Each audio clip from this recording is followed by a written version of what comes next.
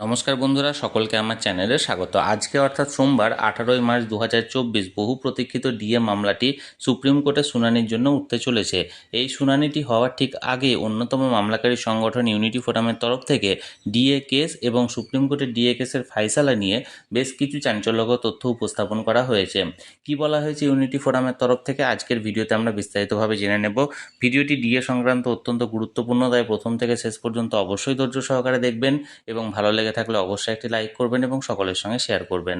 আর সেই সাথে এই চ্যানেলে যদি প্রথমবার হয়ে থাকেন এই রকমের ইনফরমেটিভ ভিডিও আরও দেখার জন্য যারা এখনও পর্যন্ত এই চ্যানেলটিকে সাবস্ক্রাইব করেননি তারা অবশ্যই চ্যানেলটিকে সাবস্ক্রাইব করে নিতে ভুলবেন না। তাহলে চলুন আমরা বিস্তারিত দেখে নিই। ইউনিটি ফোরামের তরফ থেকে মৃদুল শ্রীমানী বাবুর তরফ থেকে এই বিষয়গুলি জানানো হয়েছে। দেখুন, উনি বলেছেন, সমানাধিকার সভ্য সমাজের অন্যতম গুরুত্বপূর্ণ বৈশিষ্ট্য। আইনের চোখে সবাই সমান, এই বক্তব্য বুকে নিয়ে ডিএ চেয়ে কর্মচারীরা এআইসিপিআইয়ের কথা বলেছে। আরও বলেছে, ডিএ জিনিসটা গিফট নয়, ভিক্ষা তো নয়, ডোল পর্যন্ত নয়। ডিএ খুব সুস্পষ্টভাবে হকের টাকা। মূল্যবৃদ্ধিজনিত বেতন ক্ষয় রুখতে গাণিতিক অর্থনৈতিক ব্যবস্থা। ডিএ মামলাকে এগিয়ে নিয়ে চলেছেন অতি সাধারণ কর্মচারীরা। তারা চাঁদা দিয়ে মামলা লড়তে উকিলের ফি জোগাড় করে দিয়েছেন। তাদের আন্তরিক শুভেচ্ছা জানায়। কয়েকজন কর্মচারী দিনরাত পড়াশোনা করে সুপ্রিম কোর্টে ডিএ সংক্রান্ত মামলা কিভাবে হয়, এসএলপি কাকে বলে, ভারতীয় কমপ্লিট জাস্টিস কি এবং সুপ্রিম কোর্টের কাজের পদ্ধতির খুঁটিনাটি চর্চা করে সকলের কাছে তুলে ধরছেন। তাদের বুক ভরা অভিনন্দন জানায়।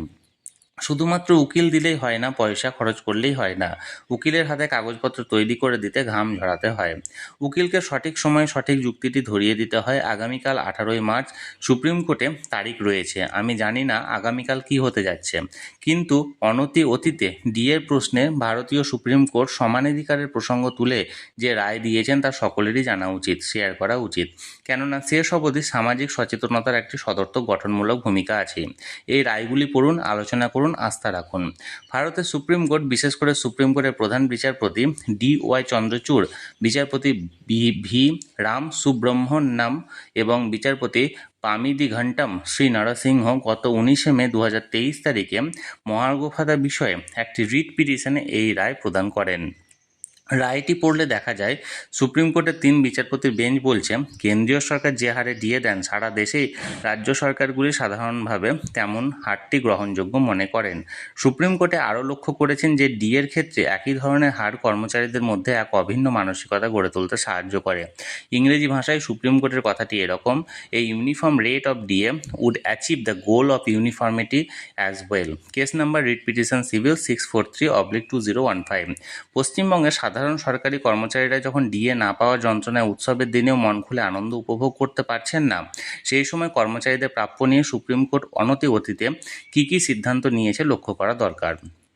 17 জানুয়ারি 2013 তারিখে 2012 সালের civil appeal number 8848/8849 Kallakurichi taluk retired officers association Tamil Nadu বনাম তামিলনাড়ু রাজ্য মামলায় সুপ্রিম কোর্টের বিচারপতিদ্বয় মাননীয় DK জৈন ও মাননীয় জগদীশ সিংহ কেহের একটি রায় দিয়েছেন। ওই রায়ে প্রথমেই তারা উল্লেখ করেছেন যে ভারতীয় সংবিধান সকলকে আইনের চোখে সমান করে রেখেছেন এবং আইনের ছত্রছাড়াই সমান সুরক্ষা প্রদান করেছেন। বিচারপতিদ্বয় আরও বলেছেন, কর্মচারীরা যাতে দ্রব্যমূল্য বৃদ্ধির সঙ্গে ভারসাম্য বজায় রেখে সংসার চালাতে পারে, যাতে তারা এ পর্যন্ত চলে আসা জীবনের মান বজায় রাখতে পারে, সেই জন্য ডিএ বা মহার্ঘ ভাতা দেওয়া হয়।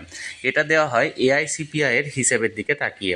ডিয়ারনেস অ্যালাউন্স এবং আদার অ্যালাউন্স বিষয়ে সাম্প্রতিকতম মামলার রায়ে সুপ্রিম কোর্টের প্রধান বিচারপতি বেঞ্চ রাজ্যগুলির টাকা না থাকার বক্তব্যে পরিষ্কার জানিয়েছেন, the submission urged on behalf of the states have been considered in several previous judgment of this court, more specifically in relation to the recommendation of the SNJPC itself. এবার ওখানে বলা হয়েছে এবং শেষের দিকে বলা হয়েছে, দেখুন, প্রধান বিচারপতি ডাক্তার ধনঞ্জয় Y চন্দ্রচূড়, বিচারপতি JB পাদ্রিওয়ালা এবং বিচারপতি মনোজ মিশ্র এই 3 জনের বেঞ্চ 4 জানুয়ারি 2024 তারিখে রিট পিটিশন সিভিল নাম্বার 643/2015 সূত্রে ইতিমধ্যে নির্দেশ জারি করে দিয়েছেন। রায়ে বলা হয়েছে যে রাজ্যের হাতে টাকা নেই এমন অজুহাত খাড়া করে রাজ্য তার কর্তব্য, কর্ম ও দায়িত্ব ঝেড়ে ফেলতে পারে না। তাহলে বন্ধুরা, এখানে ইউনিটি ফোরামের তরফ থেকে মৃদুল শ্রীমানী বাবু বেশ কিছু পুরনো রায়ের এখানে উল্লেখ করেছেন, যেখানে স্পষ্টভাবে উল্লেখ করা আছে যে কোনো রকম কোনো অজুহাত বা কোনো যুক্তিতেই রাজ্য সরকারি কর্মচারীদের ডিএ বাদ দেওয়া যায় না। এমনকি রাজ্যের হাতে টাকা নেই এমন অজুহাতও খাড়া করা যায় না। এখন দেখার বিষয় আজকে এই মামলাটির রায় হচ্ছে কি হচ্ছে না বা শুনানিতে কি বলছে বিচারপতিরা। আমি সবসময় চোখ রেখেছি, যে কোনো আপডেট পাওয়া মাত্র আপনাদের উদ্দেশ্যে তৎক্ষণাৎ সেটা শেয়ার করে দেওয়া হবে। তাই যারা এখনও পর্যন্ত চ্যানেলটির সঙ্গে যুক্ত নেই অবশ্যই চ্যানেলটিকে সাবস্ক্রাইব করে চ্যানেলটির সঙ্গে যুক্ত হয়ে যান।